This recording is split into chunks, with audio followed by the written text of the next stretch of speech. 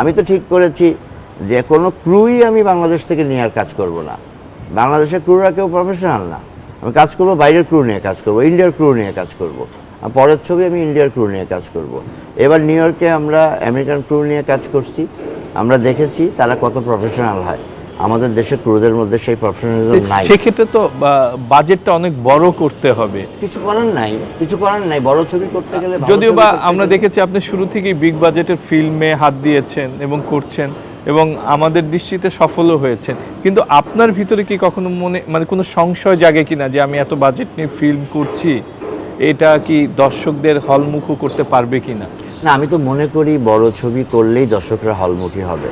যেমন আমি একটা কথা বলি সব সময়, যে যার 3টা ছবি বানানোর সক্ষমতা আছে, ছোট ছবি, সে 3টা ছোট ছবি না বানায় 3টার টাকা জড়ো করে একটা ছবি বানাক, তাহলে সে রিটার্নও পাবে আবার লাভও পাবে।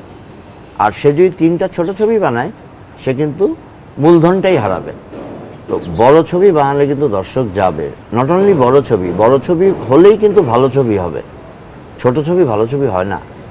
ছোট ছবিতে ভালো অ্যারেঞ্জমেন্ট দেওয়া যায় না, সিনেমা হয় না। পূর্ণদৈর্ঘ্য বাংলা চলচ্চিত্র হতে হবে।